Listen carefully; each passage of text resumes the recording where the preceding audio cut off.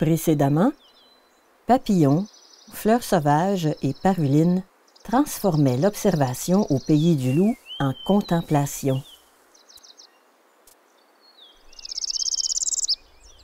Les membres de la meute des Manitou, comme Patte Blanche, parcourent leur territoire en solitaire, entre chiens et loups, et surtout la nuit. Mes parents et moi rêvons encore de les filmer ensemble, notamment lorsqu'ils collaborent durant une grande chasse.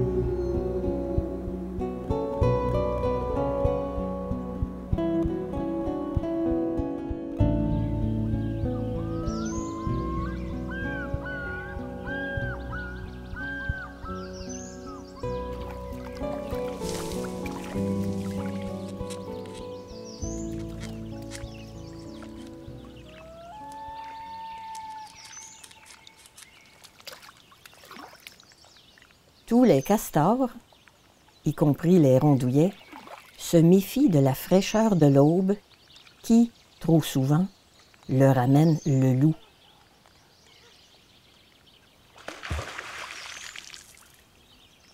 Patte Blanche a été repérée. Les castors gagnent leur hutte où ils resteront à l'abri pour le reste de la journée.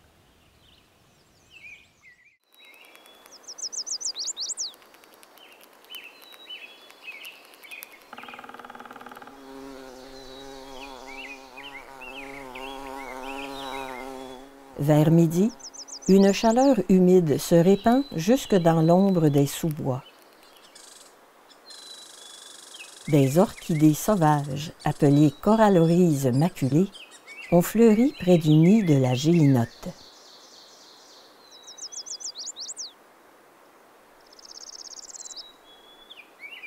Les oiseaux ont chaud, surtout ceux qui couvent.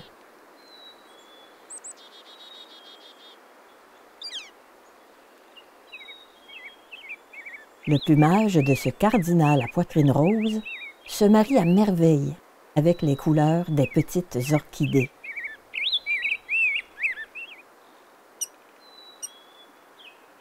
En marge de considérations purement scientifiques, l'harmonie et l'esthétisme que j'observe dans la nature m'ont toujours inspiré.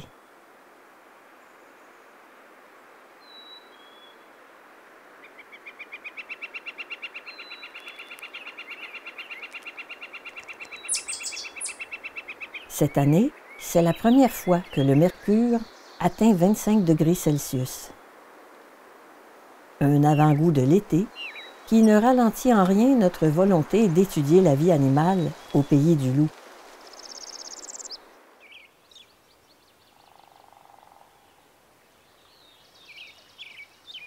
Il est 18 heures. Les castors de cet étang sont-ils encore au repos dans leur cabane?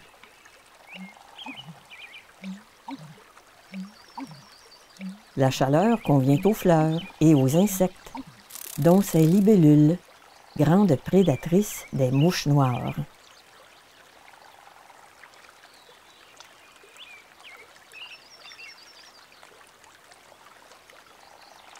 Je ne suis pas du tout étonnée d'apercevoir les occupants de la hutte en train de se prélasser au soleil.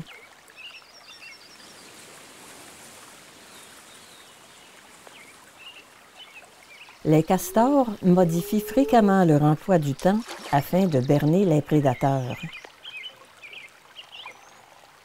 Rares sont les loups en chasse par une soirée aussi chaude et humide.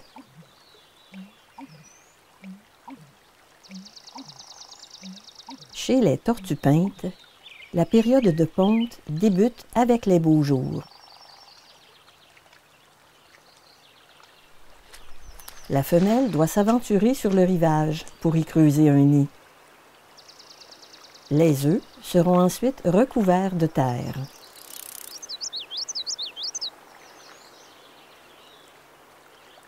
C'est une opération risquée.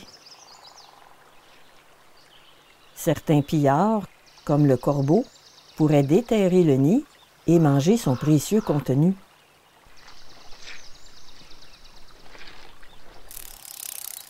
Pour les déjouer, il paraît que Madame Tortue creuse de faux nids.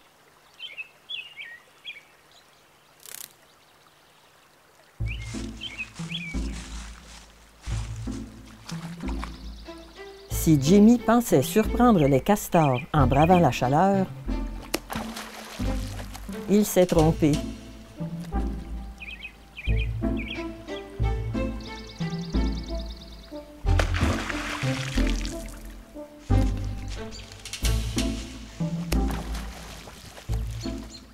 Les animaux sauvages développent toutes sortes de stratégies pour déjouer leurs prédateurs. Le castor, par exemple, compte sur les changements d'horaire de ses périodes d'activité quotidienne. Et oui, dans la nature, on peut sauver sa peau en étant imprévisible. De son côté, le loup mise sur sa polyvalence, parce qu'il peut aussi bien chasser seul que collaborer avec d'autres membres de sa meute pour capturer une proie.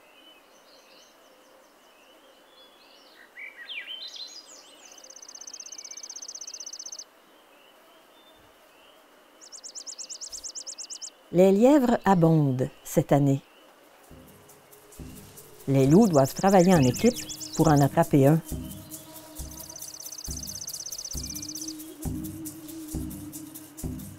Como est un excellent pisteur-rabatteur, tandis que Jimmy, très agile, maîtrise l'art d'intercepter un lièvre débusqué. C'est simple. Como doit lever une proie et la diriger vers son partenaire.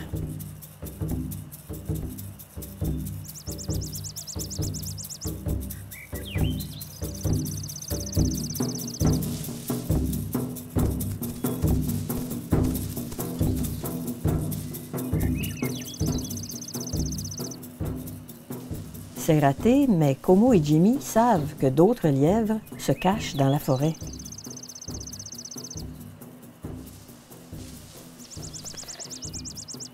Ils se mettent d'accord sur la prochaine ruse à adopter.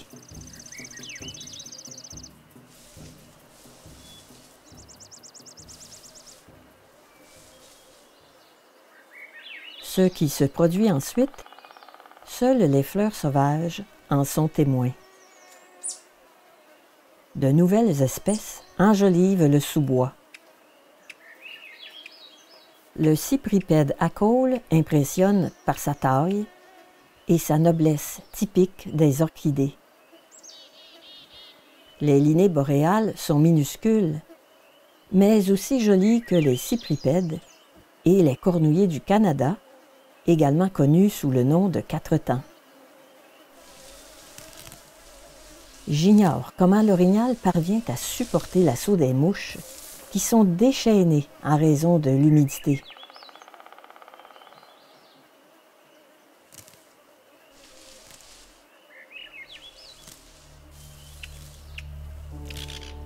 Paradis pour les fleurs, les insectes et les oiseaux.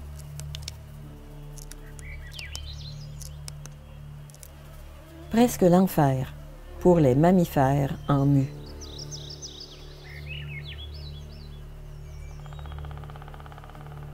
La Clintonie boréale est l'une des rares fleurs jaunes de cet environnement.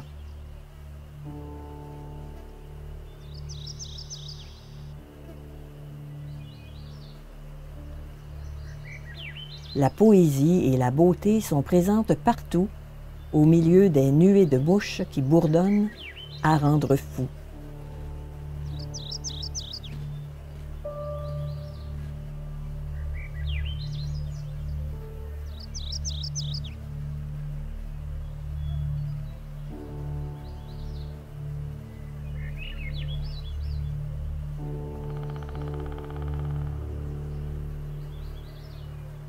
Les loups ne mangent pas à leur faim tous les jours. Pourtant, leurs besoins sont grands en été, parce que les louveteaux sevrés dépendent de la nourriture régurgitée par les adultes. Les castors, les faons orignaux et d'autres petites proies font l'affaire, mais parfois une occasion se présente pour la traque d'un animal beaucoup plus imposant.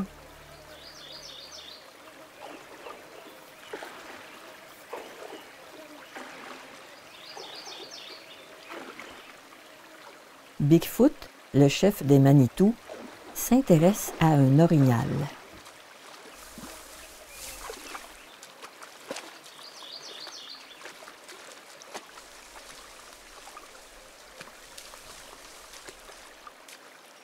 Il a rassemblé ses meilleurs limiers, dont Como.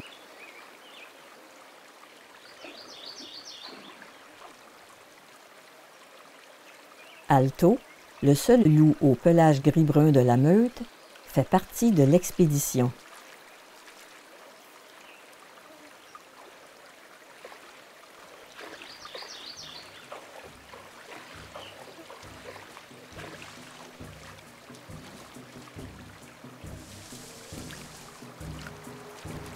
Como, Jimmy et Alto attendent le signal de leur leader pour partir en chasse.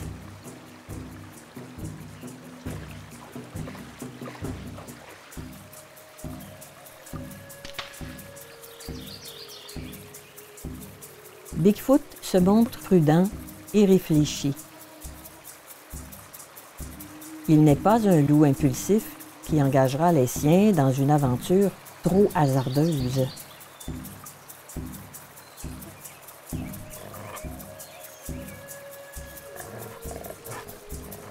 Sa sagesse lui vaut la confiance de la meute.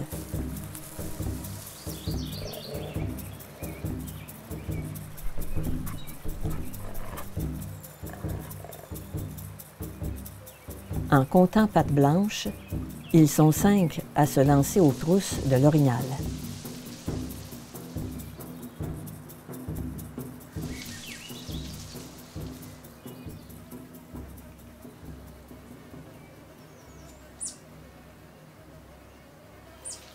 Les loups doivent se rendre à l'autre bout du lac pour retrouver la trace de leur proie.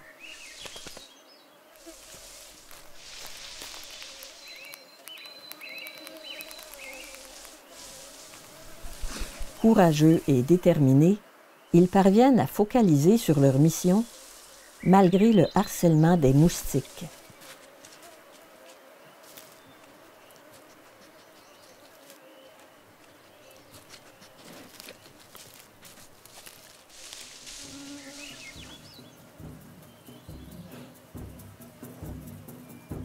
Alto est le premier à avoir repéré l'orignal. Par son comportement gestuel, Bigfoot invite la meute à l'encercler.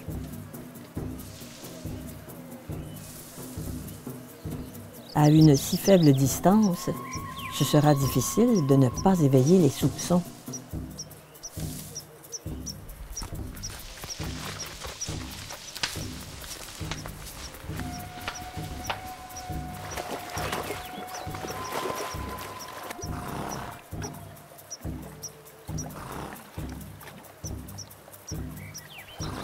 L'eau est une échappatoire pour tout cervidé se sachant traquer.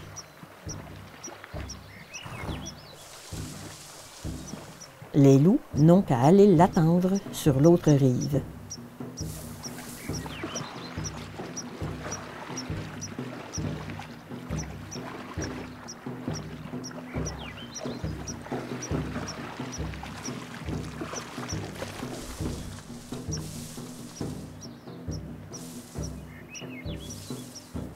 La méfiance de l'orignal est justifiée. Les Manitou se sont placés de chaque côté de la clairière.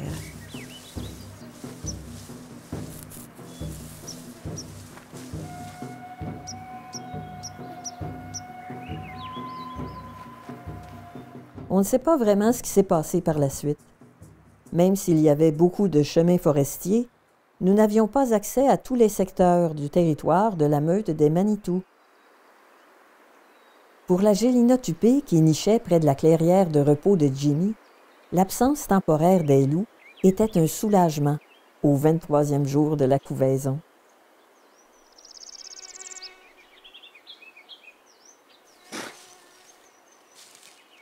Une coquille brisée.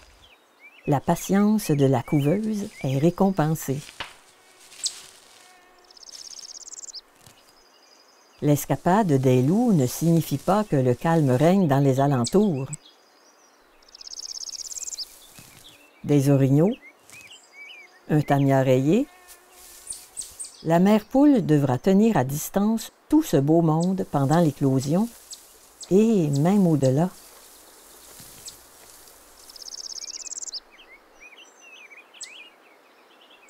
La gélinotte ne voit pas tout, mais elle entend les bruits des longues pattes et des gueules qui broutent autour d'elle.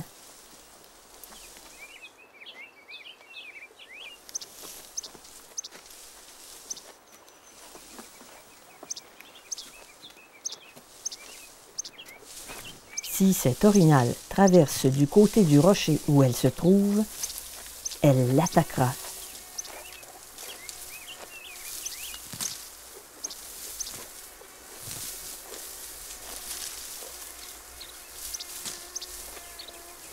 La femelle moucherolle aussi suit avec attention les mouvements du cervidé.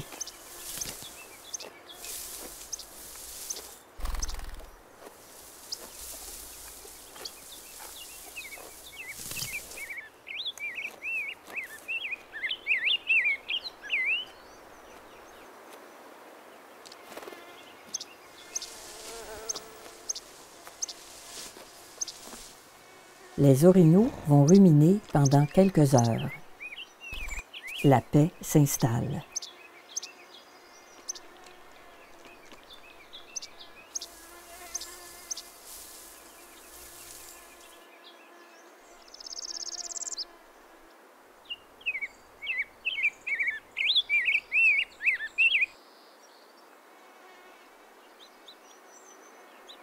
Les premiers poussins font leur apparition. Leur duvet n'est pas encore sec, mais ils sont impatients de découvrir le monde.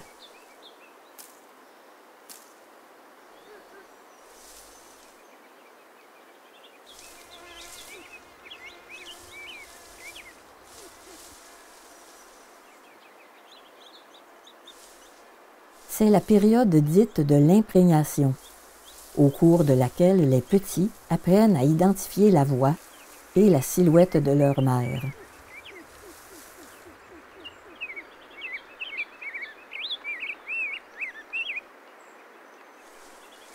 J'évite cependant de réduire à un simple processus biologique les émotions bien réelles ressenties par les oiseaux en de tels moments.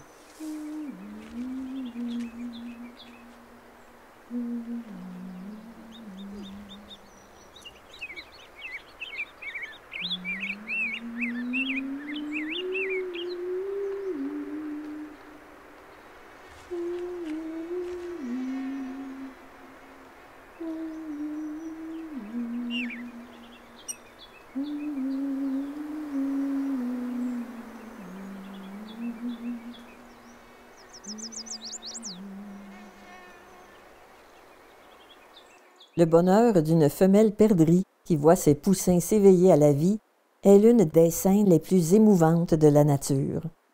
On ne peut pas faire autrement que de se reconnaître en elle, d'être empathique et bouleversé par sa tendresse. Le prochain épisode nous permettra de partager davantage de moments intimes de cette famille de gélinottes. Mais nous pousserons un peu plus loin notre exploration de l'amour parental chez les animaux sauvages. Un voyage intérieur à ne pas manquer aux racines de ce qui fait de nous et des autres espèces des êtres vivants.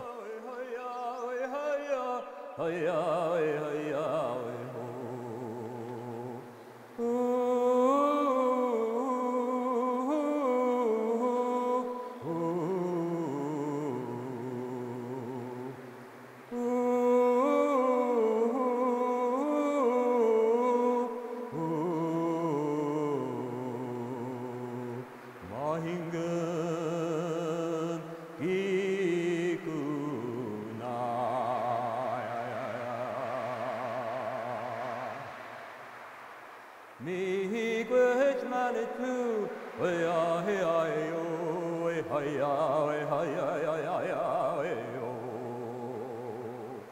Linne gehen machen gehen we hi hi hi hi hi